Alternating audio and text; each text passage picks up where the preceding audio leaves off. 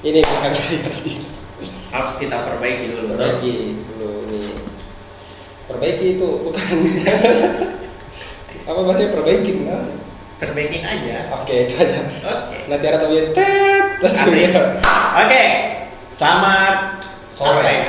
sore, malam, pagi, siang. Sore ini jam 5:10 berarti sore. Oke. Menjelang maghrib. Ngabuburit. Bagi yang puasa Senin Rabu. Nah, sekarang ini kita ngapain, friend? Jadi hari ini atau sekarang ini kita lagi adakan Apa nih? polling. Apa tuh polling? Podcast lingkungan bersama Green Youth Movement. Tempatnya mana lu? yang di atas tepuk tangan. Yang di luar. Oke. Nah, ini kan pertama kali ya kita laksanakan. Pertama kali. Studionya juga pertama kali. Tiba-tiba jadi studio. Tiba-tiba jadi studio. Jadi sekarang kita bersama dengan sebutannya kalau bahasa lapangan, panggilan panggungnya ini Kak Hajar deh. Iya betul. Kak Hajar. Nah mungkin kenalan dulu lah Kak Hajar. Lahir di mana atau sekarang kesibukannya apa, baru biar teman-teman juga tahu. Iya, jadi saya lahir dan besar di Takalar. Takalar di mana? Berapa jam Takalar dari? itu di Desa Topi Jawa ya. Oke. Jadi dia pesisir pantai. Enak tuh, sore-sore, senja, kopi. Oke, rek senja berarti. Ya tapi ini bukan kopi ya, ini bukan kopi. Tapi bisa dicoba ya? Bisa. Hai. Baik, kelas ini. Nyaman. Ini bukan kopi ya. Ya Allah, senja saja. Oke. Di mana tadi? Takalar ya? Ya, kita sudah sampai di Takalar. Kesibukan akhir-akhir ini? Sekarang aktif di Green Youth Movement. Oke. Sama bantu-bantu Kapitra di warung. Oke. Sebagai pengkampanye. Sebagai Nah, betul. Saya perkenalkan diri atau mau ditanya ini? Iya, jadi kalau abang ini sebenarnya siapa? Oke. Ini tidak sesuai briefing sebenarnya ya. Ya kalau saya sebutan panggilannya Tio. Oh, Kak Tio ya. Ya, Tio. Sekarang masih mahasiswa tahu. Ya sekarang masih mahasiswa semester 13 ya. Baik, mantap. Salut ya. Nyala bangku. Ya kalau kita dikasih kesempatan 7 tahun kita maksimalkan. Tapi tidak untuk ditiru teman-temannya. Jadi semester 13 di Universitas Hasanuddin. Kesibukan juga di sini.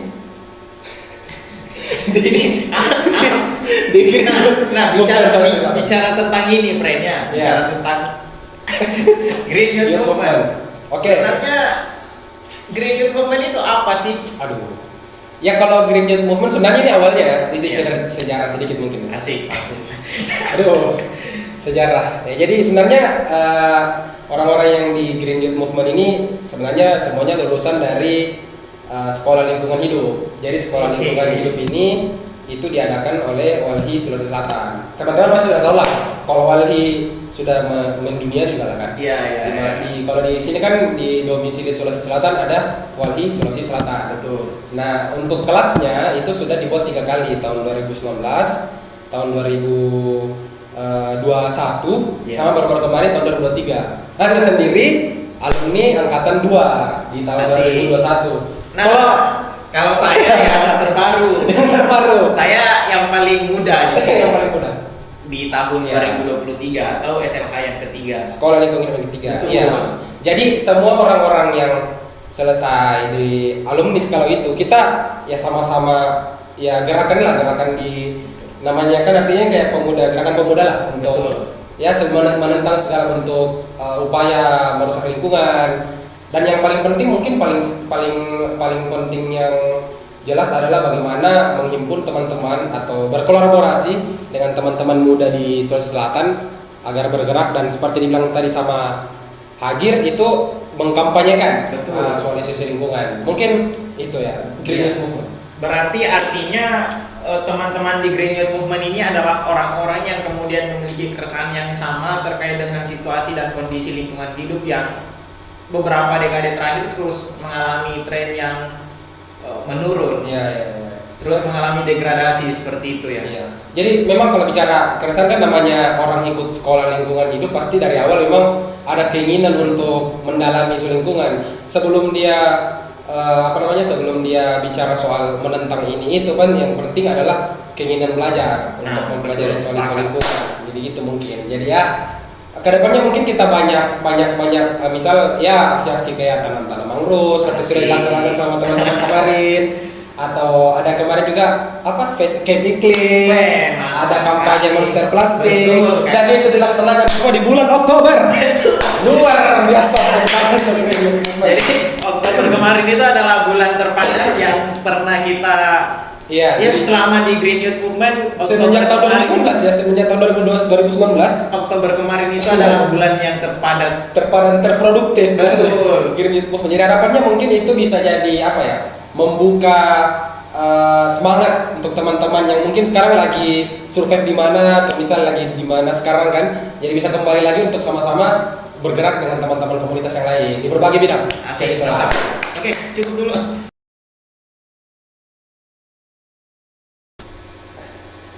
Oke, friend. Jadi gimana nih tentang Oktober yang padat sekali? Soalnya kalau bicara padat ya pasti capek ada lah, Iya. pasti capek. Ini kan sekarang flu kan buah dari kegiatan yang pulang Iya. dari di mana kemarin? Yang kemarin Clean kan di Betul. Leang-Leang kan? Betul, Malas di ya. Leang-Leang kemarin. Di Leang-Leang pulang dari situ kenapa jadi sakit-sakitan?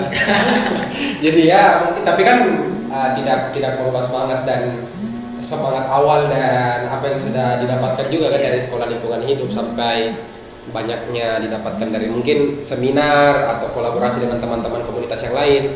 Tidak menghalangi semangat ya. Kalau kita kan laki-laki yang jelas tidak demam biasanya. Kalau laki-laki demam kan kayak apa ini? Ini sudah akhir dari segalanya. Kalau masih kayak patah, keseleo biasa. Kalau nggak salah sih kan kemarin di Oktober itu mulai dari tanggal 12-13 itu ada kegiatan di Iya. Leang. Iya. Terus di tanggal 20 itu kita ada kampanye soal PLTU industri di Pantai Losari. Iya. Kemudian di tanggal 26-nya itu kembali kita laksanakan pawai monster plastik. Monster plastik. Kembali di Pantai Losari. Dan sebelumnya itu kita sempat juga di CFD kan yang pakai topi. Nah, iya betul. Kayaknya itu Oktober atau September ya? September, tanggal 29 September. Ya, masuk Oktober lah ya. Akhir-akhir Sudah masuk ya rentetan lah. Jadi sih kan awalnya padatnya dari situ sampai pada akhirnya monster plastiknya terakhir itu. Iya betul. Nah, ini juga teman-teman kemarin banyak yang bertanya soal yang postingan terakhir di Instagram itu soal simpul orang muda. Oke. Itu kegiatan simpul orang muda ini sebenarnya kita daftarnya iseng sebenarnya. jadi yang kirim di grup gym itu Hajir. Ya, dia betul. kirim ada postingan dari IG-nya aku juga terdampak kalau nggak salah. Iya betul. Dengan simpul orang, namanya itu simpul orang muda. Jadi dia itu buka pendaftaran Iya. untuk komunitas. Ya sederhananya kayak ada diskusi atau pemberian materi online untuk teman-teman komunitas. Nah kita ini iseng daftar. Iya. Jadi teman-teman yang kemudian merasakan keresahan terkait dengan kondisi lingkungan hidup hari ini itu dia kemudian membuka ruang untuk berjejaring Iya. dan membicarakan terkait persoalan itu, khususnya demokrasi dan lingkungan hidup. Oke. Iya. Jadi itu kemarin dibuka ini, dan kita kan sebagai gym kan juga setelahnya Monster Party kayak aduh kegiatan apa lagi ya? Iya. Lagi pusing-pusingnya nih cari kegiatan. Nah kebetulan daftar berapa hari ya setelah daftar itu? Kayaknya hari terakhir kita daftar ya, hari terakhir tiba-tiba muncul gymnya lolos. Ya jadi suatu kesyukuran juga ya karena setelah padatnya agenda di Oktober itu kemudian tiba-tiba free. Itu kayak merasa bahwa loh setelah ini kita Iya. ngapain, dan Iya, kebetulan bingung. kawan-kawan aku juga terdampak dan Lab Demokrasi itu melakukan kegiatan. Ya terima kasih lah ke Iya. teman-teman aku juga terdampak keren Keren lah. untuk ya terima kasih sudah meloloskan Green Youth Movement. Yang tidak kalah keren sih narasumbernya. Iya, narasumber. Gokil sih. Gokil. Mulai dari Kak Aditya, yang pertama sama Dokter Indah, Iya. yang kedua, ketiga siapa ya tadi? Yang ini. Aduh. Saya lupa lagi. Yang ketiga. Ini Dwi Kak Dwi Nugroho ya. Dwi Nugroho. Betul. Saya lupa. Ya karena saya di hari ketiga itu ya kan waktunya Makassar kan itu jam 5. Iya. Iya, waktu Indonesia Tengah kan. Jadi pas jam 6 ada kegiatan, jadi ya saya serahkan ke Kak Hajir pada saat itu. Kak Hajir, tolong fokus. Saya tidak bisa masuk. Agak lupa ya Kak Dwi Nugroho. Itu itu luar biasa lah untuk ketiga ini, walaupun kita kayaknya mungkin lebih asik, pasti lebih asik kalau ketemu kayak forum kelas kan, tapi ya namanya dikasih kesempatan untuk teman-teman di luar dari daerah, jadi ya kita juga bisa ikut. Cuman yang jadi catatan aku sih untuk kegiatan kemarin itu kan waktunya itu mengikuti teman-teman di bagian Indonesia Barat ya. Nah sementara kita di tengah itu di hari pertama bahkan setengah 12 tuh. Iya, itu terlalu lari kita. Jadi agak kurang fokus untuk mampu menyerap materi lebih dalam, padahal keren sih materi yang diberikan. Ya kalau misalnya itu bisa di waktu yang tepat ya di kita, mungkin lebih enak lagi maksudnya kan, bukan jamnya ini, cuman kayak kita maunya kayak ya kalau jam ngantuk juga kayak bingung juga kayak gitu maksudnya. Tapi untungnya juga kan proses jadi nyanyi jadi berat ya kita masih asik lah, karena kalau nggak salah di hari pertama juga ada break roomnya yang kayak dibagi lagi. Dibagi lagi itu pada saat break room Haji cerita apa? Nah itu kan ada kan dikasih kesempatan cerita kan. Nah jadi kalau nggak salah itu di break room ada 4 orang satu ruangan itu. Jadi kita diminta untuk menyampaikan permasalahan yang kita hadapi di daerah masing-masing, dan pada saat itu saya menawarkan terkait dengan transisi energi, khususnya persoalan pembangunan pembangkit listrik di kawasan industri. Itu yang masih terjadi di Sulawesi sekarang. Nah makanya saya menyarankan kepada teman-teman untuk isu PLTU industri ini bisa menjadi salah satu isu yang menjadi pembahasan di forum-forum itu. Nah, dan pada saat itu saya juga ingat Kak Tio ini menyarankan isu yang sama kawan-kawan. Ya keresahan saya sama. Jadi ya memang pada saat itu ya bahasan juga itu juga. Karena kan terkhusus di Sulawesi Selatan memang paling ini ya kan. Ya itu tadi isu energi juga. Ya walaupun tidak mengesampingkan isu yang lain, tapi memang untuk energi ini yang diuntungkan siapa, yang dirugikan siapa, yang terdampak siapa, ya kan gitu kan masalahnya. Yang menjadi catatan tersendiri sih juga terkait dengan pembangunan PLTU industri yang masif di Pulau Sulawesi ini, meskipun spesifik di Sulawesi Selatan itu belum ada kan ya. Tapi kita di Sulawesi Selatan itu perlu waspada dan bersiap untuk hadirnya PLTU itu, karena lahirnya ataupun masifnya kebijakan hilirisasi nikel ini juga nyata di Sulawesi Selatan. Jangan sampai nanti sudah terbangun PLTU industri, banyak korban yang berjatuhan karena ISPA dan lain sebagainya, baru kita mau bergerak. Nah itu yang harus kita antisipasi sebelum terbangun di Sulawesi Selatan kan ya. Makanya semakin kesini isunya kita semakin masifkan sinergi lagi. Dan ini saya highlight juga ya, kemarin disampaikan sama di materi pertama kalau nggak salah, bukan nggak salah emang benar ini dari Kak Aditya, cuman saya lupa namanya ini apa, proses perhitungannya apa, tapi dia ada kayak grafik. Grafiknya itu dia tampilkan kalau Indonesia ini dari segi kehidupannya manusia untuk merusak lingkungan itu, misalnya ini di Indonesia buminya ini bertahan cuman sampai bulan ini karena ulah manusia. Indonesia itu sampai bulan November, dan dari datanya Indonesia itu terbilang cukup bagus. Nah yang jadi saya heran adalah sekarang saja ini masih bagus. Bagaimana kalau kita tidak sadar kan jauh lebih bisa kayak wow, kayak lebih kacau lagi berarti kalau Indonesia ini ya, memang dari segi data katanya orang bagus, tapi bagus dari kita kan ini kan sudah rawan sekali. Gimana kalau misalnya terus lanjut jadi itu menjadi kayak cuma udah sempat kita sampaikan kalau udah larut sekali juga pada saat itu, jadi ya udah jadi disimpan aja, di catatan aja. Break roomnya itu terbatas ya, cuma beberapa menit, jadi belum sempat kita bahas secara detail terkait dengan persoalan yang kita hadapi. Ternyata sudah harus berakhir sesinya. Itu jujur sangat disayangkan sebenarnya. Dan memang kalau misalnya kita tadi keluhkan waktu, misalkan waktu jam setengah dimajukan lagi kan mereka bertambahkan lagi sampai jam 4, jadi kayak saling ini memang jadi serba salah. Jadi kayak memang ya udah kita menyesuaikan aja, dan dievaluasi juga sih di hari berikutnya yang lebih cepat, bahkan ada yang sampai sore kan, jadi lebih enak lah untuk kita di teman-teman di Sulawesi bagian Indonesia Tengah lah untuk bisa ikut untuk materinya. Terus itu di hari kedua ya. Di hari kedua itu kan saya nggak sempat ikut ya, karena kebetulan ada kegiatan lain yang tidak kalah pentingnya. Makanya saya minta Kak Tio untuk fokus dulu dong. Iya, iya jadi yang saya apresiasi juga dari kegiatan kemarin itu karena dari daftarnya itu dia dari daftarnya itu kirim 2 orang.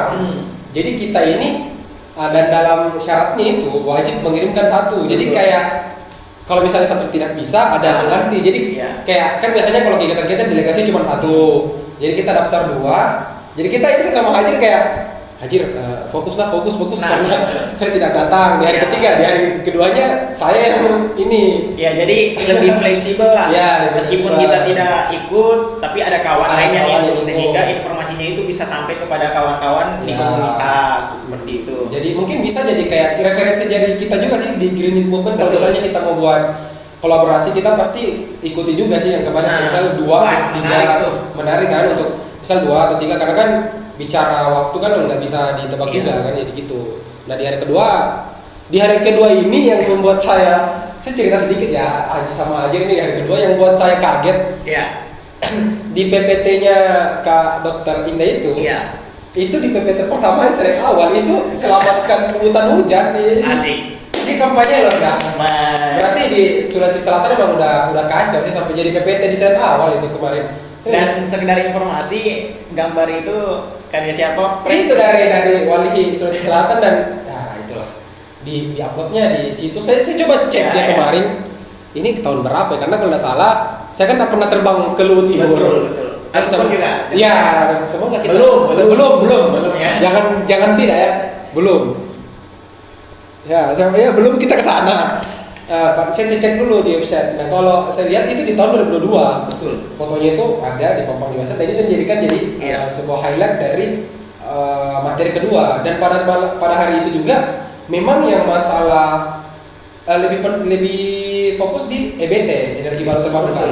Dan singgungnya itu di smelter dan yaitu kultur industri. Jadi kayak semakin kita ini jadi, makanya saya pas selesai materi itu ketemu Hajir langsung bilang, andai Hajir masuk, waduh, pasti langsung sekali nih sesi curhat. Waduh. Pasti jadi sesi curhat dari Hajir pasti kemarin, karena jadi kayak kita kan kayak keresahan sama-sama. Kalau punya teman yang punya resah sama pasti kayak enak lah untuk nyampein ke orangnya kan. Jadi kayak saya sampaikan, bahkan sempat ada cerita kan dia bilang ada yang mau bercerita ya, saya coba ceritakan. Jadi yang disampaikan Kak Indah itu di Morowali itu kita sempat advokasikan juga teman-teman Green, kita sempat bentangkan spanduk matikan kultur industri kan. Spanduk yang belakang ini kan kita sempat pakai juga untuk kampanye pada saat itu di CFD yang di Boulevard itu, matikan kultur industri. Beberapa bulan terakhir memang fokus kampanye kita itu mengarah ke sana, untuk persoalan kultur industri yang masif saat ini. Iya, dan highlight lagi ya, karena kita kemarin di mana ya, di Boulevard ya, Boulevard itu kan itu setiap hari Minggu ada Car Free Day kan, jadi kita datang pagi dan pada saat itu banyak orang bilang kultur industri itu apa. Jadi orang-orang masih belum, ya mungkin kalau konteksnya CFD kan kalau mau dibilang kalangan menengah ke atas lah ya, model-model orang yang datang misal kayak apa sih yang ini joget apa sih, senam joget, aduh joget senam atau kayak jajan atau kayak jogging kan mungkin menengah ke atas lah ya. Dan menengah ke atas ini masih belum tahu PLTU industri itu apa. Jadi kayak kita kan pegang apa PLTU industri itu PLTU industri apa, jadi kayak ini berarti juga. Isu soal PLTU industri dan transisi energi itu masih menjadi isu yang masih kurang orang mengetahui. Sehingga apa yang kita lakukan itu bisa memberikan sedikit informasi tentang bahaya PLTU industri ketika misalnya dia dibiarkan tumbuh secara masif ya. Iya, itu kemarin sempat jadi ini sih kayak sempat kayak sebenarnya mungkin kita di desa-desa kan, di desa-desa mungkin kita pergi pemetaan, mungkin ya Hajir pergi pemetaan mungkin di desa, terus kampanye PLTU industri kan wajar kan kalau misalnya apa itu kan. Kalau kita kan di CFD yang kota tapi orang kayak PLTU industri apa aja, kayak rawan juga ini kalau tiba-tiba sekelompok orang datang muncul berkumpul di satu tempat menggunakan pakaian yang nyentrik, menggunakan masker, bentangkan poster, itu kan jadi perhatian publik. Apa sih yang sebenarnya mereka cari, apa yang sementara mereka kampanyekan, mungkin seperti itu kan. Jadi ya mungkin untuk saran ya mungkin kita dari teman-teman dari kita jadi PR kita juga, mungkin teman-teman komunitas yang lain kalau isu-isu terkhusus juga kalau kita mau bahas Pelatihan industri kan masih banyak kan, soal kayak misalnya Perpres kan, PP26 juga ada, terus pelatihan industri ada, belum lagi soal di Makassar khususnya juga kan di advokasi soal kekeringan juga kan, di Talo juga krisis air. Banyak juga. Jadi kalau mau dibilang advokasi malah harus kita ini sebagai kawan muda itu lebih banyak menyuarakan sih sebenarnya. Makanya dalam materi kedua itu kayak ini yang dibicarakan ini kita banget nih sebenarnya, tapi akhirnya tidak ada itu hari, tidak ada apa ya teman untuk mengaungkan. harus bilang kayaknya. Jadi kawan-kawan ya aku juga tolong ya tolong di materi kedua itu diulang. Kalau semua lah masih seru juga kan. Nah itu. Nah kalau di hari ketiga nih, ini kebalikannya, kebalikan dari hari kedua. Kalau di hari ketiga saya yang izin. Jadi hari ketiga itu ya tadi saya ulang lagi kan. Di hari ketiga itu kan jam 4 kan waktu Indonesia Barat kan. Iya, jadi mulai materi ketiga itu dia di jam 5 kalau 5. Iya, jam 5. Indonesia Tengah. Kalau mulainya di jam 4 waktu Indonesia Iya, Tengah. di waktu Indonesia Tengah. Tengah Jadi jam 5. materinya itu sempat terpotong juga untuk salat maghrib. Ada karena saya juga keluar di luar. Iya. Untuk teman-teman yang melaksanakan. Oke, untuk teman-teman yang melaksanakan. Amin. Izin untuk salat maghrib. Izin untuk salat maghrib. Sebaiknya sih sebenarnya waktunya itu tidak terpotong seperti itu. Iya. Nah, cuman yang menarik di situ karena cobalah kita ini apa tuh yang didapat sendiri saya coba ya. Jadi apa yang didapatkan sama Hajir pada saat hari ketiga? Oke. Saya sudah habis ini. Nah, di hari ketiga itu, friend, dia banyak bicara soal persoalan ataupun masalah-masalah lingkungan hidup yang kita hadapi saat ini. Nah, selain itu dijelaskan juga nih gimana caranya kita menyelesaikan permasalahan yang ada. Ada caranya itu dengan menggunakan theory of change, teori perubahan. TOC, betul. Nah, tapi ketika misalnya kita menyusun TOC itu atau TOC itu kalau bisa dia tidak mengesampingkan Genzi. Genzi itu misal kesetaraan gender, inklusif, ataupun memperhatikan kebutuhan-kebutuhan kawan-kawan yang disabilitas juga. Jadi dia bisa lebih inklusif lah, bukan hanya orang-orang tertentu yang bisa mengakses. Nah, jadi teori perubahan itu ataupun theory of change, kita mulai dari masalah dulu.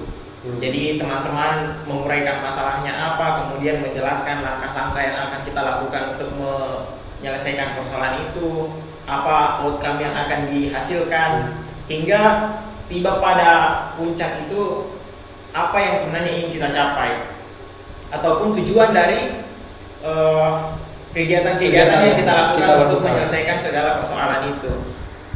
Jadi menarik juga sih sebenarnya terkait dengan teori perubahan itu, meskipun dalam beberapa kegiatan yang kita lakukan itu kita sudah menyusun hal yang demikian juga, tapi bukan teori perubahan yang kita kenal dengan istilah objektif. Jadi objektif dengan teori perubahan itu menurut kami sama saja ya, hanya penamaannya saja yang berbeda. Langkah-langkah yang kita lakukan itu pun sama, ada peta jalan dan sebagainya. Jadi kalau kemarin dijelaskan bahwa salah satu yang kita lakukan kenapa penting adanya teori perubahan itu, ya salah satunya untuk mengukur sejauh mana kemampuan kita dan kegiatan-kegiatan yang akan kita lakukan. Capaiannya sudah sampai mana? Ya, betul. Berarti dari maksud objektifnya dan atau tadi disebut TOC-nya itu tadi, berarti kita lebih bisa melihat secara keseluruhan berarti kan dari apa yang kita lakukan, masalahnya apa, misal tokoh-tokoh atau aktor-aktor yang terlibat siapa, bagaimana langkah-langkah kita. Jadi proses evaluasinya bisa lebih matang. Betul. Jadi setiap capaian kegiatan yang kita lakukan itu bisa terukur, bisa diukur. Nah, misalnya tahun berapa kita mau merubah apa, nah itu kan sudah ditentukan sejak awal sehingga kita bisa mengukur apakah tujuan yang ingin kita capai itu kita sudah capai. Jadi kalau misalnya minggu depan tujuannya C, ya dari hari ini harus ada yang dilakukan berarti kan? Betul. Aduh, harusnya ikut berarti. Kayak nggak lengkap. Apa ya, rugi sih Katio karena tidak ikut di hari ketiga ataupun hari terakhir itu, karena teori perubahan itu jadi kayak penting sekali untuk setiap program ataupun kampanye yang kita lakukan, karena itu dapat mengukur sejauh mana kita meraih capaian-capaian yang kita lakukan. Berarti dari 3 hari ini, misal dari awal kan pas materinya Kak Aditya itu kan dia cuma bahas persoalan bagaimana kehidupan ekonomi Indonesia dan juga bagaimana perputaran misal dari nikel kemana-kemana, Cina dan lain-lain.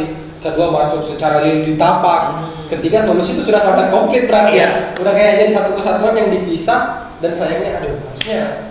Jadi sejak awal memang kita melihat bahwa kegiatan ini sangat menarik memang. Apalagi karena di hari pertama juga banyak berbicara soal rantai pasok. Iya itu. Kemudian di hari kedua bicara soal dan yang ditapak semuanya persoalan yang ditapak. Di hari ketiga itu kita bicara solusi, bagaimana kita bisa merancang sebuah strategi untuk mencapai tujuan dan menyelesaikan permasalahan yang ada. Sangat komplit berarti. Gokil. Nah kalau mungkin dari testimoninya aja nih dari kegiatan ini, apa sih yang jadi mungkin kesan lah setelah mengikuti dari kegiatan kemarin yang 3 hari itu kan di Lingsum kemarin ya? Iya betul. Aduh harusnya ketemu sih itu. Kalau saya secara pribadi, teman-teman yang tidak sempat ikut sebenarnya bisa dikatakan rugi ya.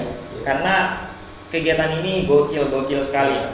Pertama kita bisa membangun jejaring baru. Jujur ada dari semua peserta yang hadir itu cuman Katio yang saya kenal. Artinya bertambah kawan baru. Relasi kita semakin luas sudah alhamdulillah. Alhamdulillah ya, karena ada teman dari Kalimantan kemarin, dari Sorong, NTT juga. NTT ada juga sahabat Walhi dari Surabaya ya kalau nggak salah. Nah jadi ini satu nilai yang menurut saya penting untuk terus dipertahankan ke depan, jejaring itu, relasi itu. Di sisi lain pengetahuannya pun keren ya. Apalagi sudah dijelaskan tadi di hari pertama sampai hari ketiga, pematerinya pun gokil keren. Kalau Katio sendiri gimana? Kalau saya sih yang tadi pertama mungkin menyesal ya karena waktunya nggak mungkin hadir juga. Pasti menyesal karena ya bukan berarti kegiatan yang kemarin kenapa harus ada hari ini bukan, tapi ada baiknya ya kita harapannya ada nanti mungkin ada lagi ya kegiatan seperti itu yang kita bisa hadir secara full lah kayak gitu kan. Kalau misalnya model-model yang bisa hadir ya pasti secara online kan yang betul-betul kita di mana ngumpul minat dan lain-lain itu lebih asik juga. Tapi kan kalau bicara ini mungkin saya lebih highlight di ini sih di judulnya sih. Simpul orang muda gitu. Jadi kayak ini kalau orang muda ada kegiatan-kegiatan yang angkat soal orang muda berbicara itu kayak udah oke sih karena apa ya namanya bicara orang muda green youth tuh asik masuk. Soft selling sekali kita ya. Karena kalau misalnya orang muda bersuara itu kayak udah benar-benar kayak ini nih yang kita inginkan sebenarnya kan, kayak ya power jejaring, power pengetahuan, rasa ingin tahu itu kan yang dimiliki sama anak muda. Bukan berarti orang tua enggak kan, tapi semangatnya mungkin ya jauh lebih besar untuk anak-anak muda. Apalagi kan kemampuan berjejaring itu kalau anak muda udah dapat passionnya di mana itu, misal jejaring motor Vespa nih, Hajir, itu gampang banget tersebar kan. Jadi tiba-tiba hari ini di mana, besok touringnya di mana kan lebih gampang. Begitu juga dengan kayak kita nih yang fokusnya di lingkungan, kita bisa lagi lebih banyak. Boleh kan seperti bilang sama Hajir, saya juga kan bahkan kemarin Zoom satu beda ruangan doang kan di sini Hajir sebelah saya jadi kayak tapi ada orang-orang di dalam yang kita bisa saling cerita juga, diskusi yang juga. paling penting dan tidak kalah penting sebenarnya Katio, karena kita bisa bertukar informasi persoalan masalah-masalah yang ada di daerah kita masing-masing, kemudian langkah-langkah apa yang kita lakukan, dan tidak menutup kemungkinan strategi yang teman-teman lakukan di wilayahnya itu bisa kita terapkan di wilayah kita ketika misalnya menghadapi situasi dan kondisi yang sama. Itu yang paling penting menurut saya Katio. Iya sih, saya juga begitu. Mungkin juga secara kesan juga terima kasih banget yuk untuk yang melaksanakan tentunya. Aku juga terbapak dari Simpul Orang dan lain-lain. Juga kepada Kak Aditya, Dr. Indah dan juga Kak Dinukroh yang ya kalau bicara sampai sejam itu pasti capek lah. Betul. Untuk orang-orang yang di depan kita tidak ada hanya laptop pasti kayak ya untuk apa lah, tapi kan masih mau meluangkan untuk kita ini yang butuh juga. Apalagi saya juga di hari pertama itu kalau mau bicara Kak Aditya jelaskan soal ekonomi kan sangat kompleks banget kan itu. Cuman kayak ini kompleks, tapi kalau kita mau dalam itu kitanya yang enak, kayak lihat isu lagi pasti kaitannya ke sini. Ini lagi ini pasti kaitannya ke sini, jadi kan lebih enak juga. Jadi wawasan kita yang selama ini tuh lebih terbuka lagi ya setelah mengikuti kegiatan ini. Jadi lebih kayak gampang mencocokkan nih ya. Kasus ini kayaknya dari sini deh, dari sini dari sana. Kita kan dulu kayak kasus ini. Betul. Kita juga tidak tahu kayak tadi di analisis kiosinya kan kita tak tahu apa aktornya, masalahnya di mana. Jangan sampai masalahnya cuma masalah di saya, di Hajirnya tidak kan. Kan itu biasanya kompleks. Ternyata kadang satu masalah itu menimbulkan Iya. berbagai isu Kan yang kalau salah sebenarnya evaluasi kan saling gitu. berkaitan. Makanya kayaknya biasa juga kan salah evaluasi kan jadi masalah baru juga. Betul. Kayaknya mungkin itu penting ya, top lah untuk Oke. untuk kemarin, top lah untuk ini. Jadi untuk kegiatan terakhir mungkin itu ya dari gym Iya. untuk ikut ini. Kedepannya mungkin kita kemarin ada kirim proposal, tapi semoga dilakukan ya teman-teman, proposal kegiatan kita bisa diterima dan bisa jalan ke depannya untuk bisa berkolaborasi dengan Iya. teman-teman yang ada di, mungkin secara kecil mungkin di Sulawesi Selatan ya. Walaupun kita alhamdulillahnya akhir-akhir ini terkhusus di bulan Oktober, terima kasih Oktober, bisa meluas lah kita punya Iya. jejaring ya. Terima kasih Oktober karena telah membuat kami jauh lebih kuat dari sebelumnya kayak gitu mungkin ya. Jadi ya mungkin ya untuk sebelum menutup ya polling kali ini meminta Hajar lah untuk mungkin harapannya untuk gym kedepannya nih untuk kegiatannya kah, atau mungkin tiba-tiba mau bikin gym cabang Australia mungkin kan, atau di mana kan, siapa tahu.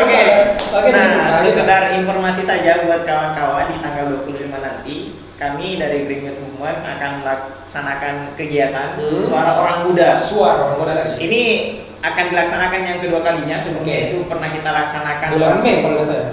Di bulan Juni ya? Juni waktu Hari Lingkungan Hidup. Oh iya Hari Lingkungan Hidup. Nah, jadi kami mengajak kawan-kawan untuk turut hadir meramaikan kegiatan itu. Waktu dan tempatnya nanti kami akan infokan di sosial media Green Youth Movement. Kayak pantau terus. Intinya kita akan berbicara soal bagaimana kemudian peran orang muda, bagaimana persoalan pilkada. Nah, jadi kita akan bahas isu pilkada nih, karena kan sisa beberapa hari lagi kita akan memilih calon gubernur. Tanggal berapa ya? Tanggal 27 pemilihan gubernur kan. Nah, kita akan melihat lebih jauh sejauh mana sih visi misi maupun program kerja dari calon gubernur dan wakil gubernur terhadap lingkungan hidup kita. Apakah mereka peduli dengan memasukkan ke visi misinya, atau justru sebaliknya hanya omongan aja. Omong. Itu rawat tuh. Jadi kalau teman-teman misalnya mau banyak pertanyaan terkait dengan visi misi dan lain itu kita bisa bahas sama-sama ya. Karena kan betul. Momentumnya juga ini sudah mau pilkada nih. Kayaknya kurang dari seminggu ya berarti. Karena tanggal 20 nih. Sekarang 20 berarti pas seminggu ya. Iya. Jadi besok ini. Jadi teman-teman kita stay saja di IG-nya apa? Betul. Green Youth Movement. Itu Jim Sulsel. Ketik saya. Jadi mungkin itu ya untuk teman-teman untuk polling podcast kita bersama Green Youth Movement. Jadi kedepannya mungkin kita harapannya bisa mendatangkan orang-orang seperti Kak Hajir, sama seperti Kak Tia. orang-orang hebat juga, tentunya tidak jauh dari anak muda yang tetap dengan fokus lingkungan, mungkin dengan cara pembahasan atau pembahasan yang berbeda. Bisa jadi kita juga bahas kasus, bisa jadi kita bahas seperti tadi ya pengalaman anak lagi, bisa jadi juga sebagai kisah inspiratif. Ceritanya Hajir pasnya misal turun lapangan di Tapak kayak bagaimana, kayak Hajir tadi jelaskan misal bagaimana dampaknya PLTU industri di mana lah Petasia ya, Kabupaten Petasia yang terkena ISPA itu kita bisa datangkan juga. Jadi doakan teman-teman, kita ketemu lagi di polling selanjutnya podcast lingkungan. Jadi teman-teman silahkan beri komentar pollingnya berapa. Kita kasih polling dulu, misal 7, nanti dikasih komentarnya. Asik. Oke, terima kasih Kak Hajir. Sampai jumpa bersama kita lagi di Green Youth Movement ya. Dadah.